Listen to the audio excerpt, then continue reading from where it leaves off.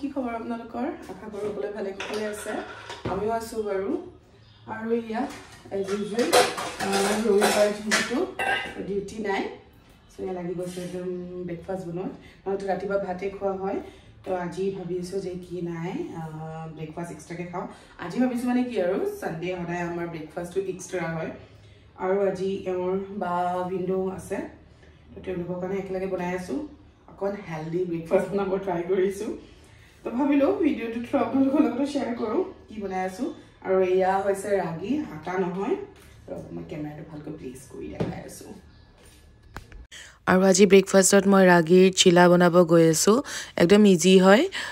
তো লৈছো অকমান ৰাগী তাত অকমান নিমখও দি লৈছো আৰু তাৰ পিছতে ধুনিয়াকে সৰুকে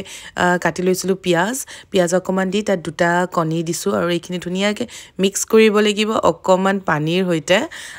যিমান পাৰে হিমান গুলিব লাগিব একচুয়ালি যাতে আটা মানে অকমানো গুটা হৈ নাথাকে পুৰা ধুনিয়াকে মিক্স হৈ যায় আৰু ইয়েস মই হেখত অকমান জলকীয়া গুৰি আৰু অকমান ধনিয়া দিছো যাতে মানে এটা ধনিয়াৰ ফ্লেভাৰ আহে আৰু অকণ জ্বলা হলে ভাল লাগে ন হেতু কাৰণে এটো অপচনেল হয় বাৰু নিজলেও হয় ষ্টিল মই টেষ্ট আৰু ভাল কৰিবলৈ দিছো আৰু অকমান তেল ধুনিয়াকে তাৱাখনত লগাই তাৰে পৰা মানে 2 হেতা 3 হেতা মান যেতিয়ালৈকে ফুল নহয় আৰু পেনখন তেনেকৈ দি লৈছো আৰু দেখিছে নহয় খুব ধুনিয়াকে স্প্ৰেড হৈ গৈছে অকমান টাইম ঢাকি থব লাগিব এখন চিলাই 2 বা 3 মিনিটে লাগে ইমান বেছি টাইম নালাগে কিন্তু চিলাবোৰ বহুত সোনকালে ভাঙি যায় সো বহুত সাৱধানেৰে উঠাব লাগিব আৰু ৰাগীৰটো কবই নালাগে ৰাগীৰটো আৰু বেছি সফট থাকে একদম পুতুককে ভাঙি যায় সো মই খুব সাৱধানেৰে উঠালো আৰু বোথ সাইড অলপ টাইম ঢাকি থলো আৰু মাজেৰে যে কাটি দিছো কিয় জানে কাৰণ তেতিয়া বেন্ড কৰিবলৈ সুবিধা হয় নহলে ভাঙাৰ চান্সেস থাকে ইয়া দেখিছে নহয় মোৰ প্ৰথমখন অকমান ভাঙিলেই মানে জিমান চেষ্টা কৰিলেও মানে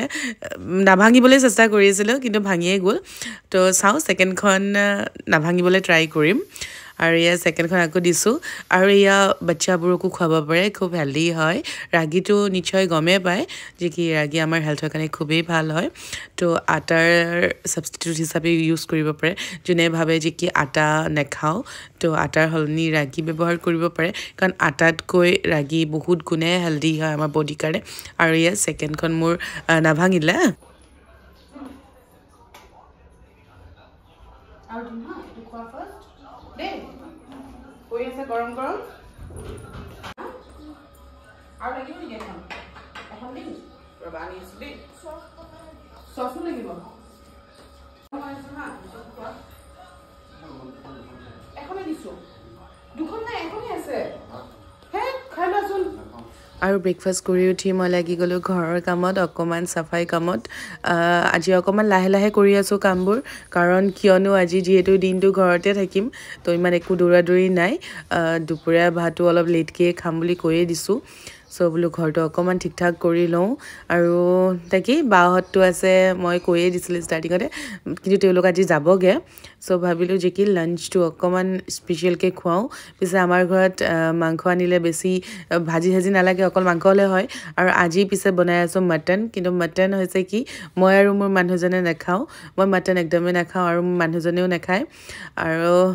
বাহত আছে তেওঁলোকৰ কাৰণে বনাই আছো আৰু দেখিছে নহয় মছলা ফাৰ্স্ট ৰেডি কৰি আছো মটনৰ কাৰণে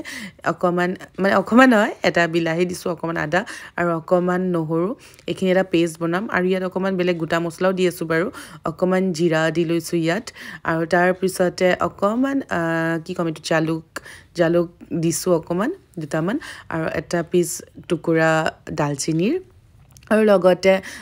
ইলাইচিও দিছো ইলাইচি 2-3টা মান আৰু এইটো হৈছে ষ্টাৰ এনাইজ বুলি কয় মই নেজানো অসমীয়াত কি কয় আৰু সেইখিনি অকমান দিছো ষ্টাৰ এনাইজ বেছি দিব নোৱাৰি নহলে বৰ গোন্ধটো অদ্ভুত টাইপৰ আহে তো তাকে অকমান পানী দি ফেলে ধুনিয়াকে এইখিনি এটা পেষ্ট বনাই লৈছো আৰু এটা মছলা বনাম আজি মটনটো কম তেলতে বনাম বাৰু আৰু এটা বেলেগ মছলাও প্ৰিপেয়াৰ কৰি আছো অকমান দৈত অকমান জিৰা ধনিয়া গুৰি তাৰ পিছতে জলকীয়া গুৰি হালধি অকন দি ধুনিয়াকে এইখিনিও মিক্স কৰি লৈছো এইখিনিও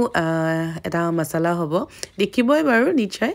আৰু মানুহজন আৰু মই মাংস নাখালে কি হ'ল মাংসত দিয়া আলু খাই আকৌ খুব ভাল পাওঁ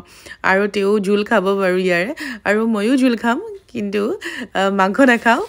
আৰু তাৰে আলুহে খাম সেইকাৰণে মাংস কম আছে কাৰণ খোৱা মানুহ অকল দুটাহে যিহেতু আৰু বাচ্চাটো ইমান নাখায় বাৰু আৰু ইয়াত তেলত সুধাকে মাংসখিনি মই অকণমান নিমখ দি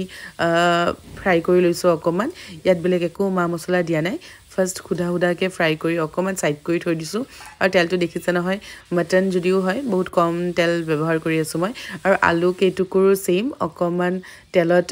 ফাৰ্ষ্ট ফ্ৰাই কৰি লৈছোঁ আৰু মোৰ এটা স্বভাৱ আছে মাজে মাজে একদম কিচেনটো চাফা কৰি থকা মানে গেছত যেতিয়া তেল চেল পৰে নহয় মোৰ একদম অশান্তি লাগি যায় আৰু এয়া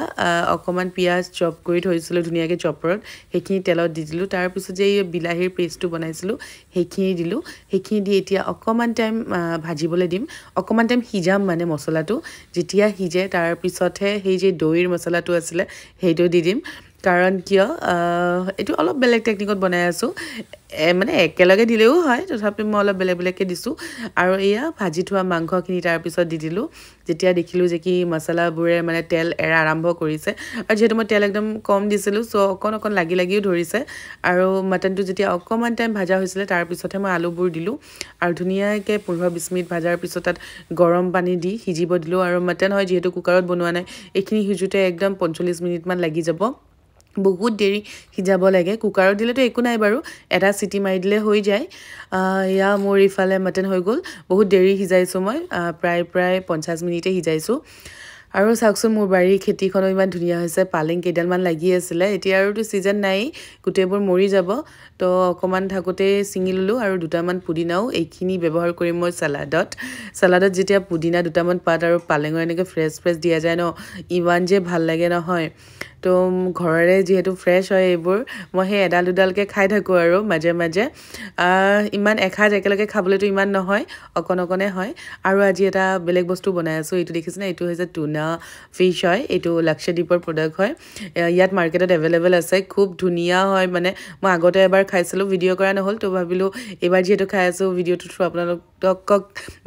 থ্ৰু আপোনালোকক দেখাই দিওঁ আৰু এয়া ইমান ধুনীয়া মাছ কেইপিচ দেখিছেনে ইমান ডাঙৰ এপিচ মাছ আছে আৰু চ' তেলত এয়া অকণ পিঁয়াজ ফ্ৰাই কৰি লৈছোঁ তাৰপিছতে তাত অকণমান আদা নহৰু দি ল'ম পিঁয়াজখিনি যেতিয়া ব্ৰাউন হ'ব ধৰে তেতিয়া আদা নহৰু দিছোঁ বাৰু অকণমান টিন ফিছ কোনে কেনেকৈ বনাই মই নাজানো এইটো মই মোৰ ষ্টাইলত বনাই আছোঁ আৰু এয়া অকণমান জলকীয়া দি এইখিনি আকৌ ধুনীয়াকৈ লৰাই লৈছোঁ তাৰপিছতে ইয়াত কাটি থোৱা বিলাহী অকণো দি দিছোঁ এটা টেঙা ফ্লেভাৰ আহে খুব ভাল লাগে আৰু এই টুনা ফিছটোতে এইটো অলৰেডি অলিভ অইলত মানে দিয়া আছে এইটো টেমাটোত যে আছে সেইবোৰ পানী নহয় একচুৱেলি বা ভিনেগাৰো নহয় এইবোৰ অলিভ অইল হয় আৰু ইয়াত হালধি নিমখ আৰু অকণমান জিৰা গুড়ি আৰু জলকীয়া গুড়ি দি লৈছোঁ টেষ্টটো খুব ধুনীয়া আহে জিৰাৰ স্মেলটো এনেও ভালে লাগে বাৰু তো এইখিনি ধুনীয়াকৈ লৰাই সেই টিন ফিছটো ইয়াত ঢালি দিম আৰু দেখিছাই নাই মাছটো মানে ইমানেই ডাঙৰ নহয় গোটেই একদম টেমাটো ভৰ্তি হৈ আছে আৰু চিৰিয়াছলি মানে কি ক'ম মই ইমান টেষ্টি ন এই মাছটো খাবলৈ আৰু এয়া ধুনীয়াকৈ মানে অকণ ভাঙি দিছোঁ মাছ কেইপিচ আৰু তেল মানে ইমান অভাৰ হৈ গ'ল নহয় কাৰণ এই টিন ফিছটো অলৰেডি অলিভ অইলতে ডিপ কৰি থোৱা আছিলে আৰু মইতো তেল দিছিলোঁৱেই বাৰু চ' তেল ইয়াত দেখিছেনে এক্সট্ৰা ঢেৰ উঠি গ'ল আৰু এইখিনি অকণমান টাইম ঢাকি থ'ম 5 মিনিটমান এইখিনি হওঁতে ইমান টাইম নালাগে 5-10 মিনিটৰ ভিতৰতে হৈ যায় আৰু এয়া মোৰ ফিছ অলম'ষ্ট ৰেডি ইমান ধুনীয়া এটা ফ্লেভাৰ আহি আছে নহয় আৰু মানে কি ক'ম কিছুমান মাছবোৰ শুকান মাছবোৰ বা কিবা এটা গোন্ধ থাকে ন এইটোৰ একো গোন্ধ নাই তেনেকুৱা খুব ধুনীয়া আৰু খাবলৈ একদম ফ্ৰেছ যেনে লাগে একদম মাংস খোৱা যেনহে লাগে মাংসৰ যেন পিচ খাইছোঁ আৰু এইটো মই বনাই আছিলোঁ তিলৰ চাটনি এইটো মানে কি হ'ল মানে জানো কেমেৰাটো ছেট কৰোঁতে চাগে অলপ ভুল হ'ল চ' ভালকৈ ৰেকৰ্ড নহ'ল তো একচুৱেলি এইটো মোক মায়ে তিল ভাজি গুড়া কৰি দি পঠাই দিছিলে তাতে মই আদা অকণমান জলকীয়া অকণমান তাৰপিছতে নেমু মিঠাতেল আৰু অকণমান নিমখ দি এইখিনি ধুনীয়াকৈ মিক্স কৰি লৈছোঁ এনেকৈ যে তিলৰ চাটনি খাবলৈ ইমান ভাল লাগে নহয় আৰু মায়ে অলৰেডি মোক দি পঠাইছিলে এয়া তিল ঘৰৰ পৰাই আৰু এয়া আজি আমাৰ লাঞ্চ ৰেডি গোটেইকেইটা বহিলোঁ আৰু মোৰতো এতিয়া মোক মানে মাংস একো নালাগে এই মাছ দিয়ে হৈ যাব কাৰণ মাছ বহুত বেছি টেষ্টি আৰু ভাত পানী খাই লৈ উঠি এয়া বাহঁতেও যাব লৈছে এতিয়া তেওঁলোক যাবগৈ হেনো কালিৰ পৰা আকৌ ভিনদেউৰ যিহেতু ডিউটি আছে ভাত পানী খোৱা হ'ল বাহঁতো গ'ল এতিয়া অকণমান বিচনাতে পৰিছোঁ ইমান টোপনি লাগিছে একদম লাইট চাইট অফ কৰি লৈছোঁ কাৰণে মুখখন কেনেকুৱা মানে ধুলি দেখি আছে ন তো তাকে ভিডিঅ'টো সামৰোঁ আৰু দীঘলীয়া নকৰোঁ তো আজিলৈ আহিছোঁ আকৌ লগ পাম নতুন ভিডিঅ' লৈ নতুন নতুন ৰেচিপি লৈ তো তেতিয়ালৈকে চাই থাকিব আৰু যদি ভিডিঅ'টো চাই ভাল পালে তেতিয়াহ'লে প্লিজ লাইক কমেণ্ট শ্বেয়াৰ কৰি দিব আৰু যদি নতুন হয় প্লিজ ছাবস্ক্ৰাইব কৰিব নাপাহৰিব আজিলৈ বাই এতিয়া মই অকণমান শুওঁ মানে নহ'লেতো দিনত শুবলৈ টাইম নাপাওঁ আৰু নুশুওঁ বাৰু কিন্তু মোৰ ভাগৰ লাগিছে আজি চ' শুই দিওঁ বাই